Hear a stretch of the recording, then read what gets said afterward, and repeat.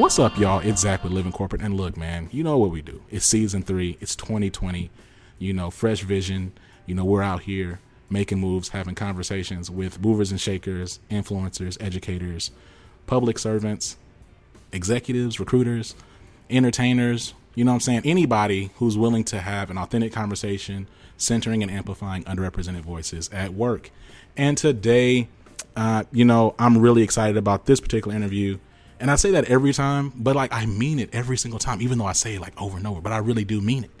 And so I'm really excited. This particular episode, we have Dr. Oni Blackstock. Dr. Blackstock, how you doing? What's going on? I'm good. Thanks so much for having me. Thank you so much for joining us. Now, look, what I would like to do, because see, what I sometimes do in the past, I would give this like kind of like generic. I don't want to say generic, but I would like read off an intro, almost like a late night show. But and then I go in and I ask people to introduce themselves again. It seems kind of redundant. So what I want to do this time is just give you space. And for those of us who don't know you, just give you some space to talk a little bit about yourself. Okay, great. So again, I'm Oni Blackstock. I'm a primary care physician and HIV specialist. I also spent about past 10 years conducting HIV research, but now lead the Bureau of HIV at the New York City Health Department, meaning I oversee our city's response to ending the HIV epidemic. I'm originally from Brooklyn, New York. My dad was an immigrant or is an immigrant from Jamaica, and my mom was Brooklyn born and bred, and I have a twin sister, Dr. Uche Blackstock. We were very much inspired by our parents to really meld medicine and public health with activism and advocacy. And so I get to do that in my current role leading the Bureau of HIV here in New York City. Okay, so first of all, incredible background, incredible legacy, and shout out to the Blackstocks, the family, and shout out to your sister, of course, as well. So I know, so the background being Jamaican. Now, you know we do air horns. Now, let me ask you this. Now, I've asked our past Jamaican guests, is it offensive or culturally appropriate that we also use air horns on our podcast? No, not at all. It's great. It's about the diaspora. Okay, cool, because I got to let them fly for you. Okay, so let me just drop them right here. Okay, because I'm just very excited and thankful that you're here. Now, let's talk a little bit more about your background, right? So you talk about like your focus being HIV and that particular illness. What was it about that work that drew you in particularly? Yeah, so I was in medical school when I feel like I quote unquote first discovered HIV, and that was actually when I was doing global health work. So I traveled to Ghana and West Africa, as well as South Africa to do HIV-related research. And when I came back, I did a rotation as a medical student back in New York City and saw that we had Black people, Latino people dealing with many of the same sort of medical-related issues, and even like just sort of socio-structural issues as I did when I was in Ghana and South Africa, and became very interested in our domestic HIV epidemic, and so ended up doing my residency, which is the training that you do after medical school in the Bronx at Montefiore Medical Center, where, again, I was seeing young Black and brown people dying of like advanced AIDS, which was something I was really surprised, and I think many people didn't realize was still happening in New York City. And I think what I, in particular, what draws me to HIV is that it's really not just an interesting biomedical condition, but it's also like a social condition, and it's really an epidemic of not behavior, but an epidemic of inequality. So it's a confluence of lots of isms and lots of phobias. And then you put all those together and you sort of get HIV, and you see the communities that are most impacted.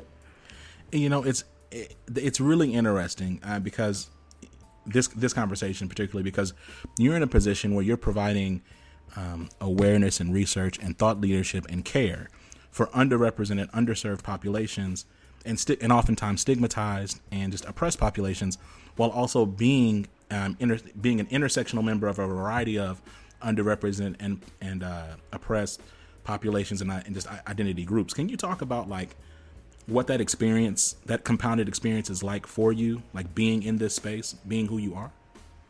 Right. Yeah. So, yeah, I think what has driven me to do this work is because I'm from many of the different communities that are impacted by HIV. So I think sometimes for people who do this work, it's maybe about careerism or they find it intellectually interesting. But for me, it's really about, helping my people and my community. So, so it's interesting. I mean, I think having the different identities, being cisgender Black woman, being someone who's queer, and being at the intersection of these different marginalized identities gives me a different appreciation, understanding of what the factors are that folks are dealing with, out in the community. So, and also as a physician. So just, even when we're designing, for instance, social marketing campaigns, like, I can say, I'm able to give my input, and we had a campaign, for instance, that was focused on pre-exposure prophylaxis, or PrEP. It's a once-a-day pill that people who are HIV negative can take to stay HIV negative. And we did one for focus on cisgender and transgender women, women of all different backgrounds. But what I did notice, and I think most other people didn't notice, is that all the women were very femme presenting. And so, I was like, in the future when we do this work, we might want to have folks who may be non-conforming in their appearance, just have different folks who may identify as women but have different gender expression. And so I think just sort of that awareness of understanding the different needs that may be out there, of having these different perspectives, is something that I think that I bring to this role, and I think is really important, because the reality is that in many cities we don't have people who are leading this type of work who are reflective of the communities that are most impacted. That's just a really good point. It's interesting because, even as we talk about representation and diversity and in our marketing and presentation, it's interesting how colorism and patriarchy still sneak into those spaces too, right? So if you're presenting a woman, oftentimes it is going to be someone who is traditionally femme, or lighter skinned, or with hair that is a certain texture. There's still this template, right? That individuals are going to that we either consciously or subconsciously seek to place people in. And even when you see people in positions of authority or any type of subject matter expertise in the space, you end up, I don't know, they fit certain templates to me. Right. Totally. And so that leads me to another question, though, kind of starting at the top. So your lived experience brings a certain level of empathy, along with your actual academic expertise. May I ask, are there ever moments or times when you believe that sometimes your lived experience, or the passion that comes with that lived experience, is almost counted against you because you lack a certain level of intellectual objectivity that maybe white individuals or folks who are not necessarily identifying these particular identity groups they can relate to? Well, I think so that idea of objectivity is it's a construct. It's a white supremacist construct, because we all come with our own perspectives and backgrounds. So it's sort of a fallacy, I think. But I think that might happen. I think I am also fortunate, or maybe some might say unfortunate, but, I did get my college degree at Harvard undergrad. I was a computer science major, and I was pre-med. I went to Harvard Medical School. I got my master's of health sciences from Yale School of Medicine. So I have these, sort of these bona fides that are sort of respected more by white culture, or the dominant culture, which I feel gives me quote-unquote credibility among some of these folks, if that makes any sense. So I feel that somehow that helps to open doors in a different way, and then obviously having and sometimes just even having just MD people make assumptions, and sometimes you can use those to your benefit, which is helpful. But but at the same time, it does feel it's kind of cringe-worthy and kind of not the best feeling to be benefiting from these same systems, which also act to oppress us as well. So. Nah, the catch-20. No, it's complex and nuanced. I'm curious about that because as I continue to get into just this work, anytime you talk about like underserved folks or like doing work that seeks to push for equity in certain spaces, that seems to be like this underlying kind of attitude sometimes. So I'm just curious. I was just curious about that. You just spoke about one of the buzzwords that triggers a lot of fragility in today's society, white supremacy. I'm curious, on Living Corporate, we've discussed the concept of decolonization. And one of the ways that we've seen colonization demonstrated is in language.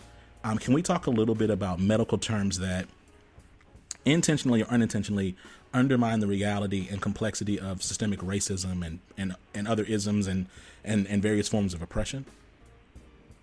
Sure. Okay. So I think any term that like focuses the issue on the individual as opposed to like the structures and systems that drive risk and disease and poor health and poor well-being. So, I mean, for me, there's some, I actually tweeted about this recently. So, terms like someone being a medically complex patient or someone being high risk or non-compliant really is about, white supremacist culture puts the onus and responsibility on the individual and doesn't, it ignores like completely the context in which people are making decisions and choices. And so, these are, we're trying to like move away, at least at the Health Department, my bureau, from some of these terms, which are sort of victim blaming and lack recognition for these broader systems that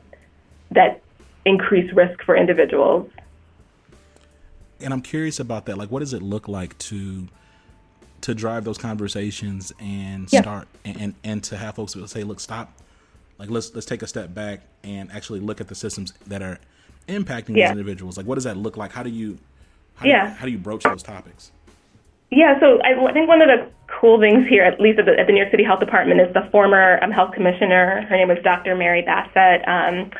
She's a Black woman, and she started a whole initiative called Race to Justice, which was sort of an effort to understand and recognize the impact of racism on public health and health outcomes. And so by someone in her position making the sort of normalizing conversations around racism really sort of opened the door for a lot of the work that I'm doing in my bureau with the staff here. So, for instance, we receive lots of millions of dollars in funding from the federal government and from the city government that we then bid out in a competitive process to clinics and other community-based organizations to provide HIV prevention and treatment services. And we're looking at this process and, seeing that the same sort of large organizations that are typically not run by folks who look like the folks who are impacted, tended to get a lot of the contracts. And so what the great thing about being able to lead an organization is that we made sure that we started looking at the process and figuring out what are the ways that we could make this process more equitable.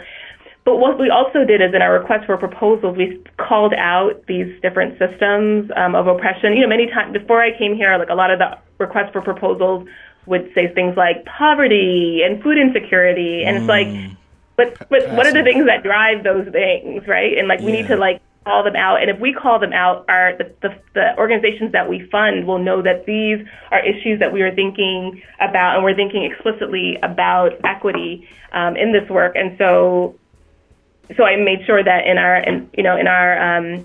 request for proposals that we use this language, that we don't just say people of color, that we say specifically the groups that are impacted. We say Black and Latinx people, it's just calling it out and being really explicit and really putting it out there so that it becomes normalized and really part of the work that we do. And it's interesting because I've noticed just over the past, I would say so over the past like decade or so, because I'm 30, so like I've been working for about 9 or 10 years, right? So as I've just kind of come into adulthood, just looking around, like looking at the language that people use when it comes to just like systems of injustice or inequity, it's almost like we use language that is like things just happened. It's like we don't talk about Right. Exactly. how things are connected at all. I think I was reading some story about a young man who had a mistaken identity, and it says young teen was hospitalized after being misidentified by police. Well, no, he wasn't hospitalized after being misidentified by police. He was hospitalized because he was beaten by the police because they misidentified. But it's almost like we take out the action or accountability in the language and framing that we place. Exactly. So let's do this. As you know, since the publication of Healthy People 2020, it's been confirmed that stress is one of the primary drivers of racial and socioeconomic health disparities. Can we talk a little bit about the practical impacts of chronic stress for Black and brown folks, and how and how it shows up when it's undertreated? And then, as you talk through a bit about what that looks like, I guess my part B to that question is, what are things that Black and brown folks should be looking out for regarding their own stress, and what ways can they advocate for themselves as patients? Mm-hmm. Yeah, so obviously these like very weighty, big issues. I think stress has, wide-ranging impacts on our overall health and well-being. When we are exposed to stress, so just the stress of being a Black or brown person in this country, I don't know if folks realize this, but it leads to obviously elevation in stress hormones like cortisol and norepinephrine and epinephrine, and those have like very harmful effects on the body. And so we can think about mental health, so depression and anxiety. And I have to, full disclosure, myself and dealing with depression and anxiety, and I think a lot of it is attributed to really the chronic stress that we face. I think particularly in some of these professional work environments where we are held to very different standards than other people, and so having support network and having a spiritual practice, which is something I really want to develop more, are ways to really, I think, counteract these, and this impact on the quality of sleep that we have, our metabolism, cardiovascular risk. Chronic stress predisposes to a wide range of medical conditions. So, so I think when we see, a lot of the disparities or inequities that we see, are driven by, the impact of, racism, and then which sometimes has direct, effects on us in terms of like the violence that, is committed against us by police, but then also some of these indirect effects of dealing with chronic stress and the impact that it has on our bodies and minds. And so then, I'll speak for myself, for example. I'm an example of this, right? Like just kind of like moving and shaking in these spaces, finally taking a step to breathe. I'm looking back, I'm like, wait, I can't sleep. I'm having like auditory hallucinations. I'm like crying for no reason. Like I feel sick. Like I can't, there's all these different issues that have like just, over time just been so untreated. And like, so finally, like just now starting to get help for that. I'm curious though, what points of recommendation would you have for folks who are at the very beginning of this? Like what would you say to them who are just kind of looking to get started in kind of advocating for themselves to get the help that they need? Right. So I think, obviously having a support network obviously is key. And so that people who are close to you, who you can speak to about, the various stressors that you may have at work, in particular, if you may be one of a few Black people, or even if you aren't one of a few Black or brown people, our experiences in the workplace are very different from other people. So definitely having a support network, and I think also not waiting for people to check in on you, but also to the extent that you can, sharing with like your family and loved ones, particularly those who will be helpful, like how you are feeling. Because I think sometimes for many of us, we are very high functioning.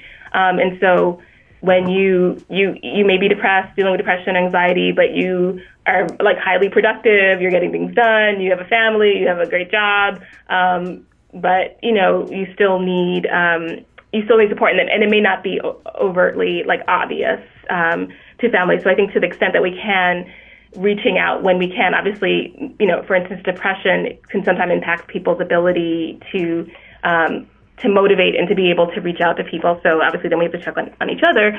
I think also something that I have been increasingly learning is having some sort of like spiritual practice or some way of like grounding yourself, whether it's yoga or meditation or prayer, whatever it is, or whoever you pray to, having that be a regular part of your day and of your practices, I think incredibly important, because it's very hard to change these systems, and for the most part we have ourselves and we have our support networks, and so those are some of the recommendations that I would have. And I think also mentorship, if folks have mentors who have been in similar fields, or even maybe in a different field, but can provide guidance and support, that it makes a huge difference. And also peer mentors as well, having folks who may be going through similar experiences as you, where you can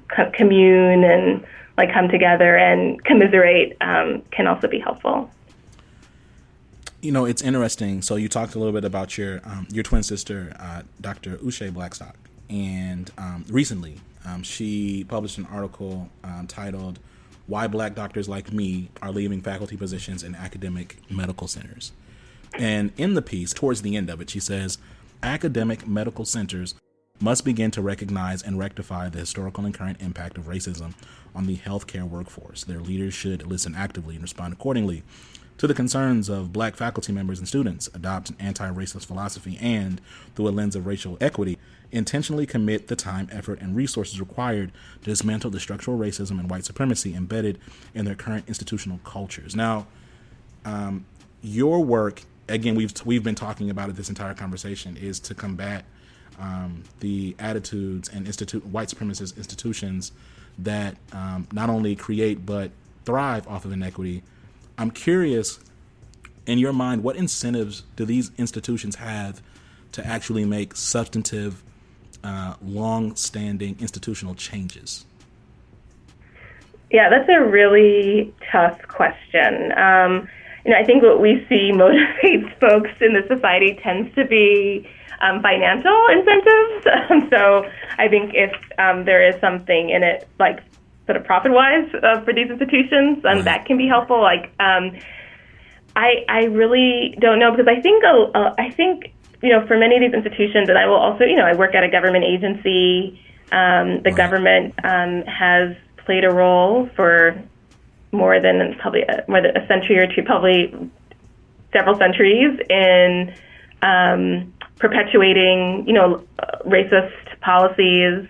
And I think, nowadays, obviously, we want to, as a government agency, do the right thing and rectify things. But, right, there's still, the workplace here reflects what we see outside. Like, the Public Health Department isn't immune from the inequities that we see outside. And I think it requires really visionary leadership and commitment to change. But what it also requires is for, like, white people to step to the side and there to be more leadership opportunities for Black and brown people. And I think that's a struggle. I think people support the idea of equity in theory, but then in practice it looks really different. I think even just from conversations I had today with some of my staff, in practice it can feel very uncomfortable. I think there's that saying, like, when you're used to privilege, equity feels like oppression, or something like that. Right.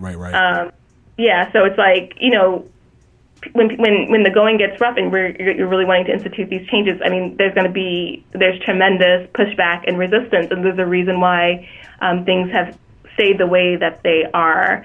So I have to be honest, I don't have like an answer. I'd be curious to know about institutions that have had transformations and have done this well. It's a process. I know here at the agency, at the health department in New York City, since Dr. Bassett came in 2014, and then the initiative started, I believe, in 2015. It's slow going because these are like, right, processes and structures that have been in place, systems that have been in place for centuries that we're now trying to undo. All of a sudden. Yeah, so I think that there's this organization that we work with called Race Forward, and they talk about equity being both a process and an outcome. And so we try to emphasize the process part because people often want to see concrete change, and where there's an opportunity to show concrete change, we try to, but we realize that this work takes a long time. So, out of respect to the time, I haven't been putting a lot of these sound effects in, but let me just tell you, you've been casually dropping crazy flex bombs this entire interview. So I just want to react. I just want to react to that. You was also lighting them up like. Wow, that's impressive. Thank you very much. I appreciate it. That was also Cardi B, ladies and gentlemen. That was that. Oh, reference. I love her. I love her. All right. So look, let's do this. Before we let you go, we typically give folks space. Shout outs, parting words. What you got for us? Wow. Okay. So I would say that I'm sure many of your listeners are people who've been quite successful by the society's standards. And I think often, we use, degrees and job titles to assess, to say how successful we've been. But what I realized, with the different leadership opportunities I've had, the different degrees I've gotten, it's really about finding happiness. I know this sounds really hackneyed and trite, but really doing the internal work to be happy regardless of whether you have these accolades or not, because my leadership job here, my degrees aren't going to keep me happy at night. It's really really believing in myself, and that regardless of whether I'm working in a clinic, whether I'm leading the Bureau of HIV in the Health Department, I still I am really the work of all my ancestors who come before me. I represent everything that they have been through, and so to then think about success in this white supremacist framework would not be something that they would be happy about. So I just try to think about the family members and ancestors that got me here, and to think about really my own self-worth and happiness, and not to measure that by these different accolades and positions and degrees. Wow. You know what? Just shout out to you, y'all. Shout out to you. This is incredible. There are people, I will say this as we wrap up, there are people that live in corporate, and myself individually, but also like our team will look for to get on the platform, and we'll look at their social media, and we'll be like, damn, they be real spicy on social media, and they get on the podcast and they're not as spicy. It's kind of come on, what are you doing? But I feel like you have matched, if not exceeded, your spiciness on if I was to rate, right, it is higher. 3 curry goats, all pot. Anyway, it's great. Now look, y'all, this has been dope. Y'all know what we do. We're having these conversations every single week, coming to y'all with dope conversations. This has been Zach. You've been talking to Dr. Blackstock, okay? Dr. Blackstock is the Assistant Commissioner of the NYC Department of Health and Mental Hygiene, focusing on HIV prevention and research and study, doing all the amazing things up in New York. Let's see here. What else? Check us out on Instagram, Living Corporate, Twitter, Living Corporate _pod. Check us out on website, living-corporate, please say the dash.com. We do livingcorporate.co, livingcorporate.tv, livingcorporate.org.net. We have all the Living Corporates, because people hit me up, Dr. Blackstock, and they'll be like, what's the website? I'm like, look, it's livingcorporate.co or living-corporate.com. But people go livingcorporate.com, and then it pops up some Australian website, and I'm like, look, we don't have that domain. We have all the other domains. So you got to make sure, you got to keep up with us. Don't slow down, keep up. You might get left behind. So my biggest thing right now is I want y'all to make sure y'all check the show notes. Y'all look at the research and the work that Dr. Blackstock is doing. Make sure that you educate yourself, advocate for yourself. And stay courageous out here. Did y'all hear all the stuff she was saying? Casually. She works for the government. She talking about white supremacy. What you talking about? She not scared. You know what I mean? Ain't nobody coming up here talking about, she's not afraid. Okay? She's ready. Wait, and can I just say, Zach, really quickly, just as I guess, I don't know if I'm an OG now because I'm over 40, but just want to say that just incredibly proud of you and this effort that you have, and this your Living Corporate podcast. It's really wonderful to see young people just thriving. So congratulations. Oh my goodness. Well, look, we're both thriving, and I'm just over here look at us. Hey, look at us. Look at us. Huh? Who would have thought? Not me. That's a Paul Rudd reference, everybody. Okay. All right, y'all. Till next time. This has been Zach again. You've been listening to me chop it up with Dr. Blackstock. Till next time. Peace. Living Corporate is a podcast by Living Corporate LLC. Our logo was designed by David Dawkins. Our theme music was produced by Ken Brown. Additional music production by Antoine Franklin for Musical Elevation. Post-production is handled by Jeremy Jackson. Got a topic suggestion? Email us at livingcorporatepodcast@gmail.com.